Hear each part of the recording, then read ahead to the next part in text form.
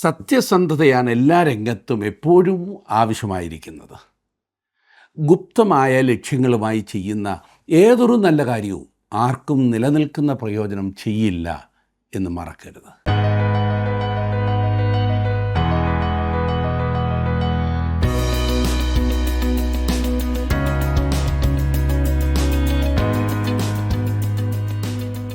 ജീവസന്ദേശം പ്രോഗ്രാമിലേക്ക് എല്ലാ പ്രിയപ്പെട്ടവർക്കും സ്നേഹത്തോടെ സ്വാഗതം. അപ്പോസ്തലനായ പൗലോസ് ഫിലിപ്പിയർക്ക് എഴുതിയ കത്താണല്ലോ നമ്മൾ പഠിച്ചുകൊണ്ടിരിക്കുന്നത്. ക്രിസ്തു ഫിലിപ്പിയിലെ തൻ്റെ വിശ്വാസികളിൽ ആരംഭിച്ച നല്ല പ്രവൃത്തി അവിടുന്ന് തന്നെ തികയ്ക്കുമെന്ന് പൗലോസിന് നല്ല ഉറപ്പുണ്ടായിരുന്നു. പിതാവ് എനിക്ക് തന്നതിൽ ഒന്നും ഞാൻ കളയാതെ എല്ലാം ഒടുക്കത്തെ നാളിൽ ഉയർത്തെഴുന്നേൽപ്പിക്കണമെന്നാകുന്നു എന്നെ അയച്ചവൻ്റെ ഇഷ്ടം. പുത്രനെ നോക്കിക്കൊണ്ട് അവനിൽ വിശ്വസിക്കുന്ന ഏവനും നിത്യജീവൻ ഉണ്ടാകണമെന്നാകുന്നു എൻ്റെ പിതാവിൻ്റെ ഇഷ്ടം. ഞാൻ ഒടുക്കത്തെ നാളിൽ അവനെ ഉയർത്തെഴുന്നേൽപ്പിക്കുമെന്ന് യോഹന്നാൻ എഴുതിയ സുവിശേഷം 6-ാം അധ്യായത്തിൽ ക്രിസ്തുയേശു പറഞ്ഞത് നമ്മൾ കാണുന്നു. നമ്മെ വിളിക്കുന്നവൻ വിശ്വസ്തനാകുന്നു, അവിടുന്ന് അത് നിവർത്തിക്കും. ഫിലിപ്പി സഭ ആത്മീയമായി സമ്പന്നരായി തീരുവാൻ വേണ്ടിയുള്ള വിശുദ്ധ പൗലോസിൻ്റെ പ്രാർത്ഥനയാണ് ഇന്നത്തെ നമ്മുടെ ചിന്തകളുടെ തുടക്കം.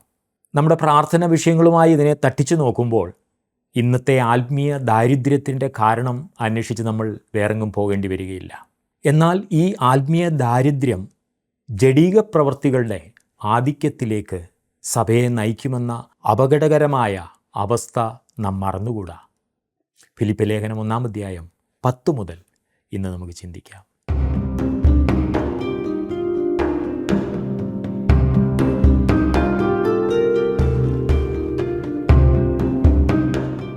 ഫിലിപ്പി ലേഖനമാണല്ലോ നാം പഠിച്ചുകൊണ്ടിരിക്കുന്നത്. 1-ാം അധ്യായത്തിൻ്റെ 9-ാം വാക്യം വരെ നാം ചിന്തിച്ചു കഴിയും. ഇന്ന് 10 മുതലുള്ള വാക്യങ്ങൾ നാം ഒരുമിച്ച് ചിന്തിക്കുവാൻ പോകുകയാണ്. 10-ാം വാക്യം: നിങ്ങൾ ഭേദാഭേദങ്ങളെ വിവേചിപ്പാറാകണമെന്നും ക്രിസ്തുവിൻ്റെ നാളിലേക്ക് നിർമ്മലന്മാരും ഇടർച്ചയില്ലാത്തവരും. വിശദീകരണം ആവശ്യമായ വേറൊരു വാക്യമാണ് ഇവിടെ നമുക്ക് ലഭിക്കുന്നത്. നിങ്ങൾ ഭേദാഭേദങ്ങളെ വിവേചിപ്പാറാകണം. വിവിധ വിഷയമായ കാര്യങ്ങൾ പരിശോധിക്കേണ്ടതാണെന്നത്രേ പൗലോസ് പറയുന്നതിൻ്റെ അർത്ഥം. താങ്കളുടെ ജീവിതത്തിൽ ദൈവഹിതവുമായി ഇതിന് ബന്ധമുണ്ട് എന്നത്രേ ഞാൻ ചിന്തിക്കുന്നത്. 2 അതിലധികമോ പാത മുമ്പിൽ കാണുമ്പോൾ ചില സന്ദർഭങ്ങളിൽ ഒരു തീരുമാനം എടുക്കേണ്ടതായി വന്നു ചേരുന്നില്ലേ? ഏത് പാതയാണ് ഞാൻ തിരഞ്ഞെടുക്കേണ്ടത് എന്ന് നമുക്ക് വ്യക്തമായി അറിയാൻ പാടില്ലാത്ത സന്ദർഭങ്ങൾ ജീവിതത്തിൽ ഉണ്ടാകാറുണ്ട്. അത് പറഞ്ഞു തരുവാൻ ദൈവം ഒരു ദൂതനെ നമ്മുടെ അടുത്തേക്ക് അയക്കുകയോ ചുവന്നതോ പച്ചയോ ആയ എന്തെങ്കിലും ലൈറ്റ് കത്തിച്ച് അടയാളം കാണിച്ചു തരികയോ ചെയ്യുകയില്ല. നമ്മുടെ വിവേചനാശക്തി നാം ഉപയോഗിക്കണം. ഇത് ദൈവം നമ്മിൽ നിന്നും ആഗ്രഹിക്കുന്നു. അതിനാൽ വ്യത്യസ്തമായ കാര്യങ്ങളിൽ നാം പരിശോധിച്ചറിയേണ്ടതായിട്ടുണ്ട്. അങ്ങനെയാണ് വാസ്തവത്തിൽ ദൈവം നമ്മെ നടത്തുന്നത്. നിങ്ങൾ നിർമ്മലന്മാർ ആകേണ്ടതിന് എന്ന് നാം വായിച്ചല്ലോ. പരമാർത്ഥമായ എന്നർത്ഥമുള്ള വാക്ക് ലത്തീൻ ഭാഷയിൽ സിൻസറസ് എന്ന വാക്കിൽ നിന്ന് വരുന്നതാണ്. അതിൻ്റെ അർത്ഥം മെഴുകില്ലാത്തത് എന്നാണ്. ഈ റോമാക്കാർ ലോകശക്തിയായി തീർന്നപ്പോൾ അവർ ശക്തന്മാരും മൃഗീയരുമായ ആളുകളായിരുന്നു. ഗ്രീസിലെ പല സ്ഥലങ്ങളിലും ഉണ്ടായിരുന്ന സംസ്കാര സമ്പന്നമായ പ്രതിമകളും മറ്റും അവർ നശിപ്പിച്ചു കളഞ്ഞു. ഏഷ്യ മൈനറിലെ പട്ടണങ്ങളിൽ ഇന്നും അതിൻ്റെ തെളിവുകൾ നമുക്ക് കാണുവാൻ കഴിയും. റോമാക്കാർ അവരുടെ സംസ്കാരത്തിൽ അഭിവൃദ്ധിപ്പെട്ടപ്പോൾ അവർക്ക് ഈ പ്രതിമകളോട് വളരെയേറെ കമ്പമുണ്ടായി. അവർ ഉടഞ്ഞുപോയതും നശിപ്പിക്കപ്പെട്ടതുമായ പ്രതിമകൾ ശേഖരിക്കുവാൻ തുടങ്ങി. അവയിൽ പലതും പൊട്ടിയതായിരുന്നു. ഒരു പ്രതിമയിൽ പൊട്ടലോ വിള്ളലോ ഉണ്ടായിരുന്നാൽ അവിശ്വസ്തനായ ഒരു കച്ചവടക്കാരൻ അതിൽ മെഴുക് നിറയ്ക്കും. പിന്നീട് അത് കാണുന്ന ആർക്കും തന്നെ അത് പൊട്ടിയതായി തോന്നുകയില്ല. അനന്തരം അവൻ അതിനെ യാതൊരു കുഴപ്പവുമില്ലാത്ത യഥാർത്ഥ ഒരു പ്രതിമയായി വിൽക്കുന്നു. സംശയമില്ലാത്തൊരു വ്യക്തി അത് വന്ന് വാങ്ങി തൻ്റെ വീട്ടിലേക്ക് കൊണ്ടുപോകുകയും തൻ്റെ പൂന്തോട്ടത്തിൽ അത് വെക്കുകയും ചെയ്യുന്നു. അടുത്ത ദിവസം വെയിലിൻ്റെ ചൂടടിക്കുമ്പോൾ അവൻ പ്രതിമയെ നോക്കുവാൻ തോട്ടത്തിൽ ചെല്ലുമ്പോൾ ആ മനോഹരമായ പ്രതിമയിൽ ഒരു വിള്ളൽ കാണുകയും ആ വിള്ളലിൽ കൂടി മെഴുകുരുകി വീഴുന്നത് അവൻ ശ്രദ്ധിക്കുകയും ചെയ്യും. അതിനുശേഷം സത്യസന്ധരായ മാന്യരായ കച്ചവടക്കാർ തങ്ങളുടെ പ്രതിമകളിന്മേൽ സിൻസറസ്, അതായത് മെഴുകില്ലാത്തത് എന്ന വാക്ക് എഴുതി വെക്കുവാൻ തുടങ്ങി. അഥവാ അതൊരു കുഴപ്പവുമില്ലാത്ത പൂർണ്ണ പ്രതിമയാണെന്നും അതിനകത്ത് പൊട്ടലും വിള്ളലും ഒന്നുമില്ലെന്ന് ഉറപ്പ് കൊടുത്തിരുന്നു എന്നർത്ഥം. വിശുദ്ധ പൗലോസ് പറയുന്നത് ഒരു തട്ടിപ്പുകാരനായിരിക്കരുത്, വ്യാജമാകരുത്, യഥാർത്ഥമാകട്ടെ, ആത്മാർത്ഥതയോടെ ആകട്ടെ, സത്യസന്ധമാകട്ടെ എന്നത്രേ. കഴിഞ്ഞ വാക്യത്തിൽ ചേർത്ത് നാം ഇത് ചിന്തിച്ചാൽ ഇപ്രകാരമാകും അത്: സ്തോത്രവും ഹല്ലേലൂയായും പറഞ്ഞ് കാണുന്നവരുടെ എല്ലാം പുറത്ത് തട്ടി നടക്കുകയും നിങ്ങൾ അവരെ എത്രമാത്രം സ്നേഹിക്കുന്നു എന്ന് പറയുകയും ചെയ്തിട്ട് അവർ നിങ്ങളുടെ അടുത്ത് നിന്ന് മാറിക്കഴിയുമ്പോൾ അവരുടെ പുറകിൽ കത്തി കടത്തുവാൻ ഒരുങ്ങരുതെന്ന്. അല്ലെങ്കിൽ നമ്മുടെ നാട്ടുഭാഷയിൽ പറഞ്ഞാൽ അണപ്പല്ലുകൊണ്ട് ഞറമ്മുമ്പോൾ മുൻപല്ലുകൊണ്ട് ചിരിച്ചു കാണിക്കരുതെന്ന് സത്യസന്ധരായിരിക്കുവാൻ പൗലോസ് പറയുന്നു. നിങ്ങൾ നിർമ്മലന്മാരാകേണ്ടതിന് എന്ന് പറഞ്ഞിരിക്കുന്നതിൻ്റെ അർത്ഥം കപടമില്ലാത്തവർ, മെഴുകില്ലാത്ത പ്രതിമയെപ്പോലെ ആയിരിക്കണം എന്നത്രേ. പരമാർത്ഥതയുള്ളവരും യാഥാർത്ഥ്യബോധമുള്ളവരുമായിരിക്കുക എന്നാണ് പൗലോസ് പറയുന്നത്. പൗലോസ് വീണ്ടും പറയുന്നു, ഇടർച്ചയില്ലാത്തവരും കുറ്റം ഇല്ലാത്തവർ. ഈ തർജ്ജമയായിരിക്കും ഏറ്റവും ഉത്തമമായത് എന്ന് ഞാൻ ചിന്തിക്കുകയാണ്. ആർക്കെങ്കിലും ഇടർച്ചയുണ്ടാകാത്ത വിധത്തിൽ ക്രിസ്തുജീവിതം നയിക്കുന്നതിനോ ദൈവവചനം പ്രസംഗിക്കുന്നതിനോ നമുക്ക് ആർക്കെങ്കിലും കഴിയുമെന്ന് ഞാൻ ചിന്തിക്കുന്നില്ല. പൗലോസിൻ്റെ പ്രസംഗം മൂലം ജനങ്ങളുടെ ഇടയിൽ ഇടർച്ചയുണ്ടായി എന്ന കാര്യം നമുക്കറിയാം. അതുകൊണ്ട് എത്ര ക്രിസ്തുവിശ്വാസികൾ വചനം പ്രസംഗിക്കുന്നവർക്ക് വേണ്ടി പ്രാർത്ഥിക്കേണ്ടതാണെന്ന് ഞാൻ എപ്പോഴും പറയാറുണ്ട്. യഥാർത്ഥത്തിൽ ദൈവവചനം പ്രസംഗിക്കുന്നു എങ്കിൽ അവിടെ ഇടർച്ചയുണ്ടാകും. അതിനാൽ നാം അവർക്ക് വേണ്ടി പ്രാർത്ഥിക്കേണ്ടതത്രേ, പ്രസംഗിക്കുന്നവർക്ക് വേണ്ടി. ക്രിസ്തീയ ജീവിതവും തിരുവചന ഘോഷണവും ആർക്കെങ്കിലും ഇടർച്ച വരുത്താതിരിക്കുകയില്ല. ഞാൻ നേരത്തെയൊക്കെ ചിന്തിക്കുമായിരുന്നു, എവിടെ പ്രസംഗിച്ചാലും എപ്പോൾ പ്രസംഗിച്ചാലും കേൾക്കുന്നവർക്ക് സന്തോഷമുണ്ടാകുന്ന വിധത്തിലായിരിക്കണം എൻ്റെ പ്രസംഗമെന്ന്. കർത്താവ് നല്ലവനാണ്, വാക്കുമാറാത്തവനാണ്, വാഗ്ദത്തങ്ങളിൽ വിശ്വസ്തനാണ്. ഈ വിധത്തിലുള്ള ചിന്തകൾ ഇത് കേട്ടാൽ മനുഷ്യർക്ക് എന്ത് സന്തോഷമാണെന്നോ. എന്നാൽ രൂപാന്തരം അതുകൊണ്ട് ആരിലും ഉണ്ടാകുന്നില്ല. അങ്ങനെ ഇരിക്കുമ്പോഴാണ് ദൈവത്തിൻ്റെ ആത്മാവ് മനുഷ്യരിലെ അപാകതകളെ ചൂണ്ടിക്കാണിക്കുവാൻ എന്നെ പഠിപ്പിച്ചത്. തെറ്റുകൾ അംഗീകരിക്കുന്നത് ആർക്കും ഇഷ്ടമല്ലല്ലോ, പ്രത്യേകിച്ച് സാത്താന്. എന്നാൽ വിശ്വാസികൾ കുറ്റമില്ലാത്തവരായിരിക്കണം എന്നത്രേ പൗലോസ് പറയുന്നത്. നമ്മെക്കുറിച്ച് മറ്റുള്ളവർ അപവാദങ്ങൾ പറയും എന്നതിൽ സംശയമില്ല, എന്നാൽ അത് ശരിയായിരിക്കരുത് എന്ന് മാത്രം. നമുക്ക് കുറ്റമില്ലാത്തവരായിരിക്കാൻ കഴിയും, എന്നാൽ ഇടർച്ചയില്ലാത്തവരായിരിക്കാൻ കഴിയുകയില്ല. ക്രിസ്തുവിൻ്റെ നാളിലേക്ക് എന്ന് നാം വായിച്ചല്ലോ, തൻ്റെ ജനത്തെ ചേർക്കുവാൻ കർത്താവ് രണ്ടാമത് വരുന്നതിനെയാണ് ഇവിടെ സൂചിപ്പിക്കുന്നത്. നാം മധ്യാകാശത്തിലെ കർത്താവിൻ്റെ വരവിനെക്കുറിച്ച് ഈ ലേഖനത്തിലെ രണ്ടാമത്തെ സൂചനയാണ് ഇവിടെ ലഭിക്കുന്നത്. കർത്താവിൻ്റെ മഹത്വ പ്രത്യക്ഷതയുടെ വെളിച്ചത്തിൽ ഒരു ദൈവ പൈതൽ എല്ലായ്പ്പോഴും ആ ചിന്തയോടുകൂടെ വേണം നടക്കേണ്ടത്. ഇനിയും 11-ാം വാക്യം എടുത്താട്ടെ. ദൈവത്തിൻ്റെ മഹത്വത്തിനും പുകഴ്ചയ്ക്കുമായിട്ട് യേശുക്രിസ്തുവിനാൽ നീതിഫലം നിറഞ്ഞവരുമായി തീരണമെന്നും ഞാൻ പ്രാർത്ഥിക്കുന്നു. നീതിഫലം എന്ന് പറഞ്ഞിരിക്കുന്നത് പരിശുദ്ധാത്മാവിൻ്റെ ഫലങ്ങളെക്കുറിച്ചാണ് എന്ന് നമുക്കറിയാം. ക്രിസ്തു വിശ്വാസികളുടെ ജീവിതത്തിൽ പരിശുദ്ധാത്മാവ് ഫലം പുറപ്പെടുവിക്കും. ആത്മാവിൻ്റെ ഫലമോ സ്നേഹം, സന്തോഷം, സമാധാനം, ദീർഘക്ഷമ, ദയ, പരോപകാരം, വിശ്വസ്തത, സൗമ്യത, ഇന്ദ്രജയം എന്നിങ്ങനെ വിശുദ്ധ പൗലോസ് ഗലാത്യ ലേഖനം 5-ാം അധ്യായത്തിൻ്റെ 22-23 വാക്യങ്ങളിൽ രേഖപ്പെടുത്തിയിരിക്കുന്ന കാര്യങ്ങൾ തന്നെയാണ് ഇവിടുത്തെയും ചിന്ത. ഇനി നമുക്ക് 12-ാം വാക്യത്തിലേക്ക് വരാം.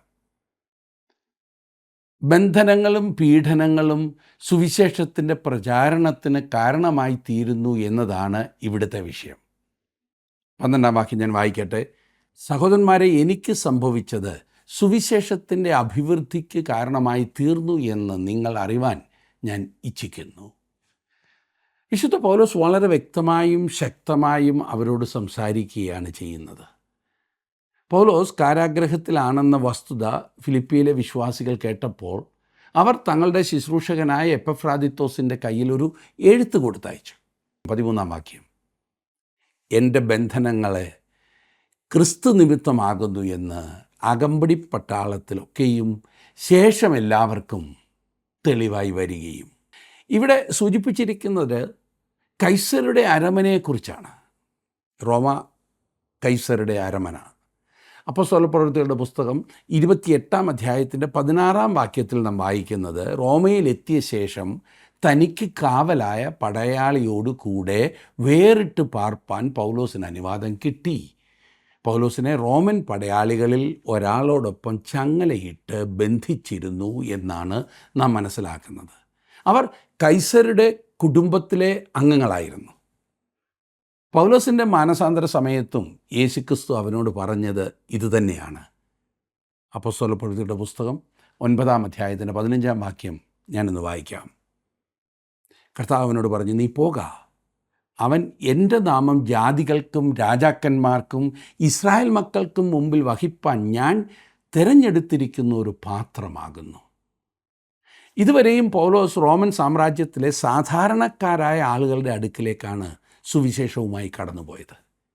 ഇപ്പോൾ ഇതാ രാജകുടുംബാംഗങ്ങൾ തന്നോടുകൂടെ ബന്ധിക്കപ്പെട്ടിരിക്കുന്നു. ഇട്ടിട്ട് പോകാൻ പോലും സാധിക്കില്ല. ഓരോ 4 മണിക്കൂറും കഴിയുമ്പോൾ ഒരു കാവൽക്കാരൻ, ഒരു പടയാളിയെ മാറ്റി മറ്റൊരാളെ പൗലോസിനോടുകൂടെ ചങ്ങലയിട്ട് ബന്ധിച്ചിരുന്നു. ഈ 4 മണിക്കൂറുകൾ പൗലോസ് എങ്ങനെ ഒരു വിഷയത്തെക്കുറിച്ചാണ് സംസാരിച്ചിരുന്നത്? ഒന്ന് ഊഹിക്കാമോ? വേറൊരു പടയാളി വരുന്നത് അവരിൽ ചിലർക്ക് സന്തോഷമായിരുന്നിരിക്കണം. കാരണം ഈ പൗലോസ് എന്ന മനുഷ്യൻ എന്നെ ക്രിസ്ത്യാനിയാക്കുവാൻ ശ്രമിക്കുകയാണ് എന്ന് അവരിൽ ചിലരെങ്കിലും പറഞ്ഞു കാണും. അവരിൽ അധികം പേരും ക്രിസ്തുവിനെ അറിയുവാനിടയായി. സുവിശേഷം കൈസരുടെ ഭവനക്കാരുടെ ഇടയിലേക്ക് കടന്നു ചെല്ലുവാൻ ഇടയായി എന്ന് ചുരുക്കം. അധികാരസ്ഥാനങ്ങളിലും ദൈവത്തെ അറിയുന്ന ജനമുണ്ട് എന്ന് മനസ്സിലായപ്പോൾ റോമൻ ഗവൺമെൻറ്റിന് സംഭ്രമമായി എന്ന് പിന്നീട് തെർത്തുല്യൻ എന്ന ചരിത്രകാരൻ എഴുതിയിട്ടുണ്ട്. പിൽക്കാലത്ത് അവരിൽ അധികം പേരും ക്രിസ്തുവിലുള്ള തങ്ങളുടെ വിശ്വാസത്തിന് വേണ്ടി മരിക്കുകയാണ് ചെയ്തത്. തൻ്റെ ബന്ധനം സുവിശേഷത്തിൻ്റെ പ്രചരണത്തിന് തടസ്സമായിട്ടില്ല. അതുമൂലം കൈസരുടെ ഭവനക്കാരിലും സുവിശേഷം എത്തുവാൻ കാരണമാകുകയാണ് ചെയ്തത് എന്ന് ആദ്യമായി പൗലോസ് ഇവിടെ സൂചിപ്പിച്ചിരിക്കുന്നു. പൗലോസിൻ്റെ കാരാഗ്രഹവാസം കൈസരുടെ ഭവനക്കാരോട് സുവിശേഷം അറിയിക്കുന്നതിന് കാരണമായി എന്ന് മാത്രമല്ല, അതുമൂലം വേറൊരു കാര്യം കൂടി സാധ്യമായി. 14-ാം വാക്യം, സഹോദരന്മാർ മിക്ക പേരും എൻ്റെ ബന്ധനങ്ങളാൽ കർത്താവിൽ ധൈര്യം പൂണ്ട് ദൈവത്തിൻ്റെ വചനം ഭയം കൂടാതെ പ്രസ്താവിപ്പാൻ അധികം തുനിയുകയും ചെയ്തിരിക്കുന്നു. ആദിമസഭയിൽ ക്രിസ്തുവിൻ്റെ സാക്ഷികളായി പോകുവാൻ തയ്യാറുള്ള അനേകം ആളുകളുണ്ടായിരുന്നു. വിശുദ്ധ പൗലോസ് സംസാരിക്കുന്നത് കേട്ടിട്ട് എനിക്കും കർത്താവിൻ്റെ സാക്ഷിയാകുവാൻ ആഗ്രഹമുണ്ട്, എന്നാൽ ഈ പൗലോസപ്പച്ചൻ സംസാരിക്കുന്നത് പോലെ സംസാരിക്കുവാൻ എനിക്ക് കഴിയില്ല എന്ന് അവരിൽ പലരും പറയുമായിരുന്നു. പൗലോസ് അപ്പോസ്തലൻ പ്രസംഗിച്ചു കൊണ്ടിരുന്നപ്പോൾ അവർ അയോഗ്യരായി, ശരിക്ക് പഠിപ്പില്ലാത്തവരായി തങ്ങളെ തന്നെ കണ്ടിരുന്നു. തങ്ങൾ പൗലോസിനോളം കഴിവില്ലാത്തവരാണെന്ന് അവർ ചിന്തിച്ചിരുന്നു. പൗലോസ് തങ്ങളെക്കാൾ വളരെ പ്രയോജനപ്പെടുന്ന ഒരു വ്യക്തിയാണെന്ന് അവർ കരുതിയിരുന്നു.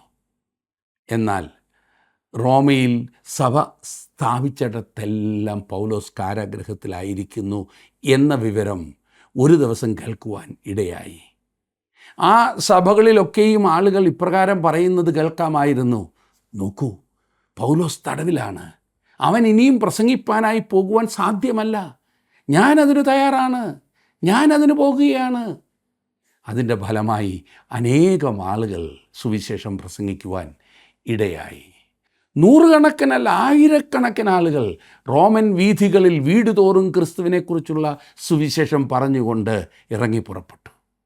അതുകൊണ്ടത്രേ സഹോദരന്മാർ മിക്ക പേരും എൻ്റെ ബന്ധനങ്ങളാൽ ധൈര്യം പൂണ്ട് ദൈവത്തിൻ്റെ വചനം ഭയം കൂടാതെ പ്രസ്താവിപ്പാൻ അധികം തുനിയുകയും ചെയ്തിരിക്കുന്നു എന്ന് വിശുദ്ധ പൗലോസ് പറയുന്നത്. പൗലോസ് സൂചിപ്പിച്ചിട്ടില്ലാത്ത മൂന്നാമതൊരു ഫലം കൂടി പൗലോസിൻ്റെ ബന്ധനം മൂലമുണ്ടായി എന്നാണ് ഞാൻ ചിന്തിക്കുന്നത്. തൻ്റെ എഴുത്തുകളുടെ പ്രാധാന്യം പൗലോസ് മനസ്സിലാക്കി കാണുകയില്ല. എന്നാൽ അവനെ തടവിലാക്കിയിരുന്നില്ലെങ്കിൽ നമുക്ക് കാരാഗ്രഹ ലേഖനങ്ങളായ എഫേസ്യ ലേഖനവും ഫിലിപ്പി ലേഖനവും കൊലോസി ലേഖനവും ഫിലോമോൻ്റെ ലേഖനവും ലഭിക്കുമായിരുന്നില്ല.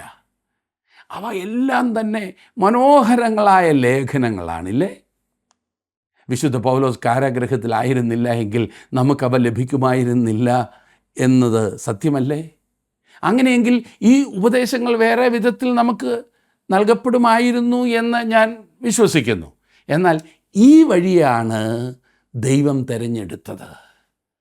എന്നാൽ പൗലോസ് അപ്പോസ്തലൻ തൻ്റെ കാരാഗ്രഹവാസത്തെക്കുറിച്ച് പറയുന്നത് അത് സുവിശേഷത്തിൻ്റെ അഭിവൃദ്ധിക്ക് കാരണമായി തീർന്നു എന്നാണ്.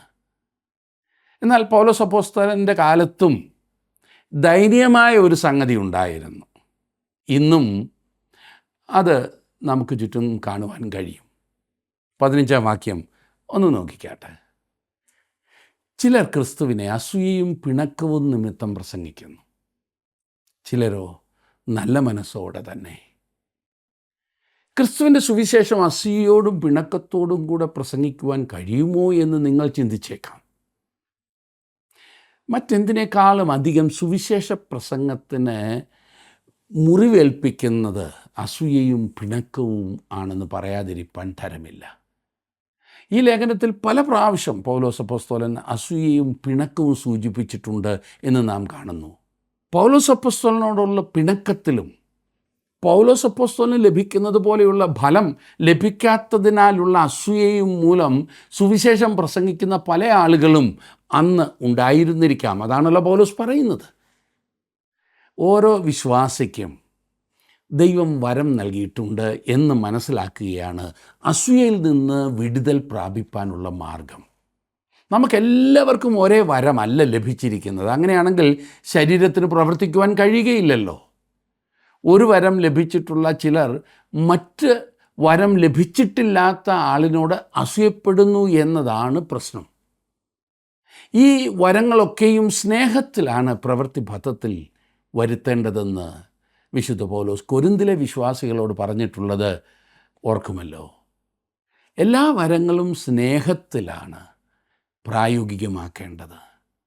എന്നെ ശ്രദ്ധിക്കുന്ന പ്രിയ സുഹൃത്തെ, താങ്കൾക്ക് ലഭിച്ചിരിക്കുന്ന വരം സ്നേഹത്തോടെ പ്രാവർത്തികമാക്കുന്നുവെങ്കിൽ താങ്കൾ മറ്റുള്ളവരോട് അസൂയപ്പെടുകയില്ല, പ്രത്യേകിച്ചും ശുശ്രൂഷയിൽ. കൊരിന്തി ലേഖനത്തിൽ നാം വായിക്കുന്നത് സ്നേഹം ദീർഘമായി ക്ഷമിക്കുകയും ദയ കാണിക്കുകയും ചെയ്യുന്നു. സ്നേഹം സ്പർദ്ധിക്കുന്നില്ല, സ്നേഹം നിഗളിക്കുന്നില്ല, സ്നേഹം ചീർക്കുന്നില്ല. ഞാൻ നിങ്ങളെ ആരെയും കാര്യമായി ഗണിക്കുന്നില്ല എന്ന് അസൂയ പറയുന്നു. അഹങ്കാരം അഥവാ നിഗളം പറയുന്നു, നിങ്ങൾ എന്നെക്കുറിച്ച് എന്ത് വിചാരിക്കുന്നു എന്നാണ്. അസൂയയും നിഗളവും തമ്മിലുള്ള വ്യത്യാസം അതാണ്. ആ വകകളിൽ നിന്നും ഒഴിഞ്ഞു നിൽക്കണം എന്ന് വിശ്വാസികൾക്ക് മുന്നറിയിപ്പ് നൽകിയിരിക്കുന്നു. കൊരിന്ത്യർക്ക് എഴുതിയ 1-ാം ലേഖനം 4-ാം അധ്യായത്തിൻ്റെ 7-ാം വാക്യത്തിൽ നാം വായിക്കുന്നത്, നിന്നെ വിശേഷിപ്പിക്കുന്നത് ആർ? ലഭിച്ചതല്ലാതെ നിനക്കെന്തുള്ളൂ? ലഭിച്ചതെങ്കിലോ ലഭിച്ചതല്ല എന്ന പോലെ പ്രശംസിക്കുന്നത് എന്ത്? ഇത് വിശുദ്ധ പൗലോസ് വളരെ വ്യക്തമായി പറഞ്ഞിട്ടുണ്ട്. ആർക്കും ഒന്നും പുകഴുവാനില്ല, എല്ലാം ദാനമാണ്. പിണക്കം എന്നത് വളരെ ശ്രദ്ധേയമായൊരു വാക്കാണ്. യെറൂസ് എന്ന ഗ്രീക്ക് വാക്കാണ് അതിനുപയോഗിച്ചിരിക്കുന്നത്. അതിൻ്റെ അർത്ഥം കലഹമിളക്കി വിടുക, കോലാഹലം സൃഷ്ടിക്കുക എന്നൊക്കെയാണ്. പിശാചുക്കളുമായുള്ള ബന്ധത്തിലാണ് ഇത് പറയാറുള്ളത്. പിണക്കം ഇളക്കുക, ഇവ രണ്ടും ഇന്ന് സഭയ്ക്ക് ഏറെ ഹാനികരമായ രണ്ട് കാര്യങ്ങളാണ്. മദ്യവും മയക്കുമരുന്നും സഭയ്ക്ക് പുറത്തുനിന്ന് ഹാനി വരുത്തുന്നതിനേക്കാൾ അധികം അസൂയയും പിണക്കവും സഭയ്ക്കുള്ളിൽ ഹാനി വരുത്തി വെക്കുന്നുണ്ട്. എന്നാൽ നല്ല മനസ്സോടെ സുവിശേഷം പ്രസംഗിക്കുന്ന ചിലരുണ്ടായിരുന്നു എന്ന കാര്യം ശ്രദ്ധിക്കുക. 16-ാം വാക്യത്തിൽ നാം വായിക്കുന്നു, അവർ സുവിശേഷത്തിൻ്റെ പ്രതിവാദത്തിനായിട്ട് ഞാൻ ഇവിടെ കിടക്കുന്നു എന്നറിഞ്ഞിട്ട് അത് സ്നേഹത്താൽ ചെയ്യുന്നു. 17-ാം വാക്യത്തിൽ നാം കാണുന്നു, മറ്റവരോ എൻ്റെ ബന്ധനങ്ങളിൽ എനിക്ക് ക്ലേശം വരുത്തുവാൻ ഭാവിച്ചുകൊണ്ട് നിർമ്മലതയോടെയല്ല ശാഠ്യത്താൽ അത്രേ ക്രിസ്തുവിനെ പ്രസംഗിക്കുന്നത്. അവർ ക്രിസ്തുവിനെ പരമാർത്ഥതയോടെ അല്ല പ്രസംഗിക്കുന്നത്. പൗലോസിനെ വിലയിടിച്ച് കാണിക്കുവാനായിരുന്നു അവരുടെ ശ്രമം. അവർക്ക് പൗലോസിനോട് അസൂയായിരുന്നു ഉണ്ടായിരുന്നത്. എന്നാൽ അവന് എതിരായി ഒന്നും തന്നെ പറയുവാൻ അവർക്ക് കഴിഞ്ഞിരുന്നില്ല. എന്നാൽ ഇപ്പോഴാകട്ടെ പൗലോസ് കാരാഗ്രഹത്തിലാണ്. തൻ്റെ ഭാഗം വാദിക്കുവാൻ കഴിയാത്ത ഒരവസ്ഥയിലായിരിക്കുമ്പോൾ ഈ ആളുകൾ ഇറങ്ങി പുറപ്പെട്ട് സുവിശേഷം പ്രസംഗിക്കുവാൻ തുടങ്ങി. പൗലോസിനെതിരായി പല കാര്യങ്ങളും അവർക്ക് പറയുവാനുണ്ടായിരുന്നു. ഇവയത്രേ രണ്ട് കൂട്ടർ. പൗലോസിന് അവരോടുള്ള മനോഭാവം എന്തായിരുന്നു? 18-ാം വാക്യം, പിന്നെ എന്ത് നാട്യമായിട്ടോ പരമാർത്ഥമായിട്ടോ ഏതു വിധമായാലും ക്രിസ്തുവിനെയല്ലോ പ്രസംഗിക്കുന്നത്, ഇതിൽ ഞാൻ സന്തോഷിക്കുന്നു, ഇനിയും സന്തോഷിക്കും. ശരിയായ ഉദ്ദേശത്തോടെയോ നാട്യമായിട്ടോ ഏതു വിധമായാലും ക്രിസ്തുവിൻ്റെ സുവിശേഷം പ്രസംഗിക്കപ്പെടണം എന്നതാണ് വിശുദ്ധ പൗലോസിനെ സംബന്ധിച്ചിടത്തോളം പ്രധാനപ്പെട്ട സംഗതി. ചില അവസരങ്ങളിൽ അസൂയ കൊണ്ടും പിണക്കം കൊണ്ടും ക്രിസ്തുവിനെ പ്രസംഗിക്കുന്നു എന്നത് ദുഃഖകരമായ ഒരു കാര്യമാണ്. ഇന്നും അപ്രകാരം യേശുക്രിസ്തുവിനെ പ്രസംഗിക്കുന്നുണ്ട് എന്നത് നമുക്കറിയാം. എന്നാൽ ക്രിസ്തുവിനെക്കുറിച്ചുള്ള സുവിശേഷം പ്രസംഗിക്കുന്നത് കേൾക്കുമ്പോൾ എല്ലാം നമുക്ക് സന്തോഷിക്കാവുന്നതത്രേ. ക്രിസ്തുവിനെക്കുറിച്ച് പ്രസംഗിക്കുന്നു എന്നതാണ് പ്രധാനപ്പെട്ട കാര്യം. ആര് പ്രസംഗിക്കുന്നു എന്നതല്ല. ഇന്നും എവിടെല്ലാം സുവിശേഷം പ്രസംഗിക്കുന്നുവോ അപ്പോഴൊക്കെ നമുക്ക് സന്തോഷിക്കാവുന്നതത്രേ. 19-ാം വാക്യത്തിൽ നാം വായിക്കുന്നത്, നിങ്ങളുടെ പ്രാർത്ഥനയിലും യേശുക്രിസ്തുവിൻ്റെ ആത്മാവിൻ്റെ സഹായത്താലും അതെനിക്ക് രക്ഷാകാരണമായി തീരും എന്ന് ഞാൻ അറിയുന്നു. ഇവിടെ രക്ഷ എന്ന വാക്കിൽ നിന്നും പൗലോസ് അർത്ഥമാക്കിയിരിക്കുന്നത് കാരാഗ്രഹത്തിൽ നിന്നുമുള്ള വിടുതലാണ്. നിങ്ങളുടെ പ്രാർത്ഥനയാൽ ദൈവജനത്തിൻ്റെ പ്രാർത്ഥന ദൈവം കേൾക്കുകയും ഉത്തരം നൽകുകയും ചെയ്യുന്നു എന്ന് ദൈവവചനത്തിൽ വ്യക്തമാക്കിയിരിക്കുന്നു. നമുക്ക് വേണ്ടി പ്രാർത്ഥിപ്പാൻ നാം ദൈവജനങ്ങളോട് ആഹ്വാനം ചെയ്യേണ്ടതത്രേ. തനിയെ പ്രാർത്ഥിച്ചാൽ ദൈവം കേൾക്കയില്ലേ? ദൈവത്തിന് നമ്മുടെ കാര്യം അറിയില്ലേ? ഇത് നാം പലപ്പോഴും ചിന്തിക്കാറുണ്ട്.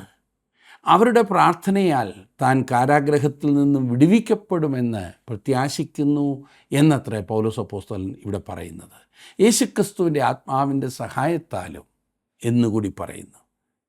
പ്രാർത്ഥനയിൽ കൂടി മാത്രമേ ആത്മാവിൻ്റെ സഹായം നമുക്ക് അനുഭവമാക്കുവാൻ സാധിക്കുകയുള്ളൂ. 20-ാം വാക്യത്തിൽ നാം വായിക്കുന്നു, അങ്ങനെ ഞാൻ ഒന്നിലും ലജ്ജിച്ചു പോകാതെ പൂർണ്ണ ധൈര്യം പൂണ്ട് ക്രിസ്തു എൻ്റെ ശരീരത്തിങ്കൽ ജീവനാൽ ആകട്ടെ മരണത്താലാകട്ടെ എപ്പോഴും എന്ന പോലെ ഇപ്പോഴും മഹിമപ്പെടുകയുള്ളൂ എന്ന് പ്രതീക്ഷിക്കുകയും പ്രത്യാശിക്കുകയും ചെയ്യുന്നു.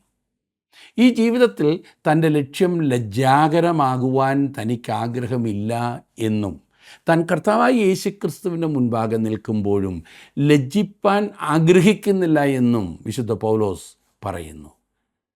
തൻ്റെ സഭയെ ചേർക്കുവാൻ ക്രിസ്തു വരുമ്പോൾ അവിടുത്തെ പ്രത്യക്ഷതയിൽ വിശ്വാസികൾ ലജ്ജിപ്പാനിടയുണ്ട്. യോഹന്നാൻ അപ്പോസ്തലൻ താൻ ലേഖനം എഴുതുമ്പോൾ 1 യോഹന്നാൻ 2:28 അത് സൂചിപ്പിച്ചിട്ടുണ്ട്. സകല വിശ്വാസികളും ആ കാര്യം പരിഗണിക്കേണ്ടതാണ്. കർത്താവിൻ്റെ വരവിനെക്കുറിച്ച് പ്രസംഗിക്കുകയും അതേസമയം തന്നെ അവൻ്റെ വരവിന് വേണ്ടി തയ്യാറാകാത്തതുമായ അനേകം ആളുകളുണ്ട് എന്ന കാര്യം സൂചിപ്പിക്കട്ടെ. അവർ രക്ഷിക്കപ്പെട്ടവരല്ലേ എന്ന് താങ്കൾ ചോദിച്ചേക്കാം. അതെ, അവർ രക്ഷിക്കപ്പെട്ടവർ തന്നെയാണ്. എന്നാൽ കർത്താവിൻ്റെ പ്രത്യക്ഷതയിൽ അങ്ങനെയുള്ളവർ ലജ്ജിതരായിത്തീരും. അവരുടെ ജീവിതം സുവിശേഷത്തിന് അനുസ്യൂതം ആയിരിക്കുന്നില്ല. ക്രിസ്തുവിൻ്റെ പ്രത്യക്ഷതയിൽ ലജ്ജിതനായി തീരുവാൻ താൻ ആഗ്രഹിക്കുന്നില്ല എന്ന് പൗലോസ് പറയുന്നു.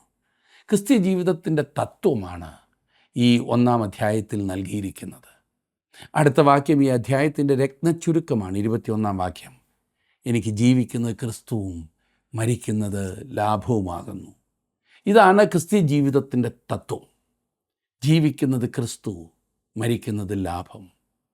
ലാഭം എന്ന് പറയുന്നത് അതിൻ്റെ ധാരാളമായ അവസ്ഥയാണ്. അതായത് ജീവിക്കുന്നത് ക്രിസ്തുവാണെങ്കിൽ മരിക്കുന്നത് ക്രിസ്തുവിൻ്റെ ധാരാളമായ അളവ് പ്രാപിക്കുകയാണ് എന്നത്രേ നാം കാണുന്നത്. വിട്ടുപിരിഞ്ഞ് കർത്താവിനോടുകൂടെ ആയിരിക്കുക എന്നാണ് അർത്ഥം. അവനെ കൂടുതൽ കിട്ടുന്ന അനുഭവം. ഒരു ദൈവവിശ്വാസി എന്ന നിലയിൽ ക്രിസ്തുവിനെ വാസ്തവമായി അനുഭവിച്ചറിയുക എന്നതാണ് എൻ്റെയും നിങ്ങളുടെയും ജീവിതത്തിൽ ഉണ്ടായിരിക്കേണ്ട ഏറ്റവും പ്രധാനപ്പെട്ട ആഗ്രഹം. ഇത് ഇന്നത്ര കാര്യമായി പരിഗണിക്കുന്നില്ല എന്ന് ഞാൻ ശങ്കിക്കുന്നു. ജനങ്ങൾ പ്രതിഷ്ഠയെക്കുറിച്ചും ക്രിസ്തുവിനെ സേവിക്കുന്നതിനെക്കുറിച്ചും അങ്ങനെ മറ്റു പല കാര്യങ്ങളെക്കുറിച്ചും സംസാരിക്കുവാൻ ആഗ്രഹിക്കും. എന്നാൽ ക്രിസ്തുവിനോടുള്ള കൂട്ടായ്മയാണ് താങ്കളുടെ സന്തോഷം പൂർണ്ണമാക്കുവാൻ അത്യാവശ്യമായിരിക്കുന്നത്. അപ്പോൾ നമുക്ക് ശക്തമായ സാക്ഷ്യം കൊടുക്കുവാൻ കഴിയും.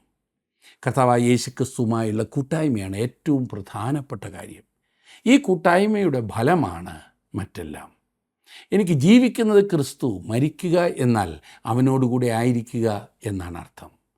തനിക്കെതിരെ ഉയർന്നു വന്ന വിമർശനങ്ങളാൽ പൗലോസ് ചഞ്ചലപ്പെടാതിരുന്നതിൻ്റെ കാരണം എന്താണെന്ന് ഇപ്പോൾ നമുക്ക് മനസ്സിലാക്കുവാൻ കഴിയും. യേശുക്രിസ്തുവുമായുള്ള കൂട്ടായ്മയിൽ ജീവിക്കുന്ന ഒരു വ്യക്തിയെ വ്രണപ്പെടുത്തുവാൻ താങ്കൾക്ക് കഴിയുകയില്ല. അങ്ങനെയുള്ള ഒരാളിനോട് ആർക്കെന്ത് ചെയ്യുവാൻ കഴിയും? എനിക്ക് ജീവിക്കുന്ന ക്രിസ്തുവും മരിക്കുന്നത് ലാഭവുമാകുന്നു. ഇത് ഉന്നതമായ ജീവിത നിലവാരമാണ്. അപ്രകാരമുള്ള ഒരു ജീവിതാനുഭവത്തിലേക്ക് ഉയർന്നു വരുവാനാണ് നാം താല്പര്യപ്പെടേണ്ടത്. അതെത്രയോ മഹത്വകരമായ കാര്യമാണ്. 22-ാം വാക്യത്തിൽ അവൻ പറയുന്നു, എന്നാൽ ജഡത്തിൽ ജീവിക്കുന്നതിനാൽ എൻ്റെ വേലയ്ക്ക് ഫലം വരുമെങ്കിൽ ഏത് തിരഞ്ഞെടുക്കേണ്ടു എന്ന് ഞാൻ അറിയുന്നില്ല. എനിക്കും നിങ്ങൾക്കും നമ്മുടെ ഭാവിയെക്കുറിച്ച് അറിവില്ലാതിരിക്കുന്നത് പോലെ പൗലോസിനും തൻ്റെ ഭാവിയെക്കുറിച്ച് അറിവില്ലായിരുന്നു. ഓരോ ദിവസവും എന്ത് സംഭവിക്കുമെന്ന് നമുക്കറിയില്ല. അതുകൊണ്ട് 23-24 വാക്യങ്ങളിൽ അവൻ പറയുന്നു, ഇവ രണ്ടിനാലും ഞാൻ ഞെരുങ്ങുന്നു.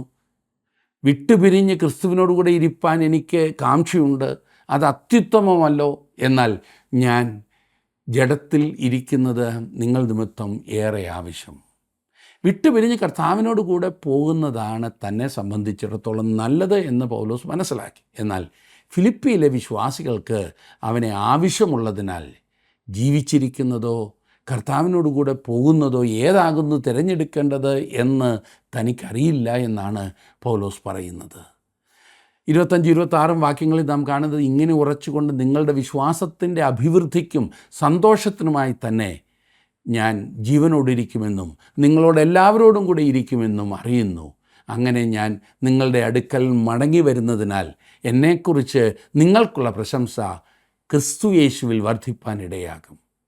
പൗലോസ് ഒരു പ്രായോഗിക മനുഷ്യനാണ്. അവൻ ഇനിയും വേല ചെയ്യുവാനായിട്ടുണ്ട്. ഫിലിപ്പിയിലെ വിശ്വാസികൾക്ക് പൗലോസിൻ്റെ ശുശ്രൂഷ ആവശ്യമുണ്ട്. കാരാഗ്രഹത്തിൽ നിന്നും ഇറങ്ങി വന്ന് അവരോടൊപ്പം ശുശ്രൂഷയിൽ മുൻപോട്ട് പോകണമെന്നാണ് അവൻ്റെ ആഗ്രഹം. കർത്താവിൻ്റെ വരവ് താമസിക്കുന്നുവെങ്കിൽ അതിന് അവസരം ലഭിക്കുമെന്നാണ് അവൻ പ്രാർത്ഥിക്കുന്നത്. അങ്ങനെയുള്ളവർ പ്രവൃത്തിയിൽ മുഴുകിയിരിക്കേണ്ടത് ആവശ്യമാകുന്നു എന്നാണ് അവൻ പറയുന്നത്. 27-ാം വാക്യത്തിൽ പൗലോസ് പറയുന്നു, ഞാൻ നിങ്ങളെ വന്ന് കണ്ടിട്ടോ ദൂരത്തിരുന്ന് നിങ്ങളുടെ അവസ്ഥ കേട്ടിട്ടോ നിങ്ങൾ ഏകാത്മാവിൽ നിലനിന്ന് എതിരാളികളാൽ ഒന്നിലും കുലുങ്ങിപ്പോകാതെ ഏകമനസ്സോടെ സുവിശേഷത്തിൻ്റെ വിശ്വാസത്തിനായി പോരാട്ടം കഴിക്കുന്നു എന്ന് ഗ്രഹിക്കേണ്ടതിന് ക്രിസ്തുയേശുവിൻ്റെ സുവിശേഷത്തിന് യോഗ്യമാമണ്ണം മാത്രം നടപ്പീൻ. ക്രിസ്തുവിൻ്റെ സുവിശേഷത്തിന് യോഗ്യമാമണ്ണം മാത്രം നടപ്പീൻ. ഇവിടെ ജീവിത രീതിയെയാണ് സൂചിപ്പിക്കുന്നത്. നമ്മുടെയൊക്കെ ജീവിതത്തിൽ ഏറ്റവും പ്രധാനപ്പെട്ടതായ ഒരു വെല്ലുവിളിയാണിത്. ക്രിസ്തു യേശുവിൻ്റെ സുവിശേഷത്തിന് അഭിമാനകരമായിരിക്കേണ്ടതാണ് നമ്മുടെ ജീവിതം. താങ്കളുടെ ജീവിതം അപ്രകാരം ദൈവകരങ്ങളിലേക്ക് സമർപ്പിച്ചിട്ടുണ്ടോ? അതിനായിട്ട് ദൈവം നിങ്ങളെ ശക്തീകരിക്കട്ടെ, അനുഗ്രഹിക്കട്ടെ എന്ന് ഞാനും പ്രാർത്ഥിക്കുന്നു.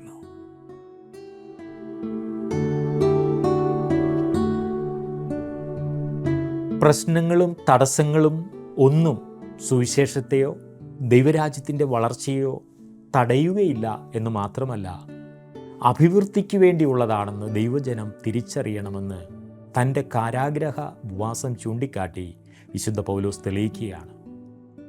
ഇങ്ങനെയുള്ള അവസരങ്ങളിൽ ദൈവജനം ദൈവത്തിൻ്റെ വഴികൾ മനസ്സിലാക്കി അതിൽ മുന്നേറുകയാണ് വേണ്ടത്. പൗലോസിൻ്റെ കാരാഗ്രഹവാസം സുവിശേഷം കൈസരുടെ അരമനയിലെത്തുവാൻ കാരണമായി തീർന്നു എന്ന് മാത്രമല്ല, മറ്റുള്ളവർ ധൈര്യപ്പെടുവാനും ക്രിസ്തുവിൻ്റെ വചനം ഭയം കൂടാതെ പ്രസ്താവിക്കുവാനും അവരെ പ്രാപ്തരാക്കി.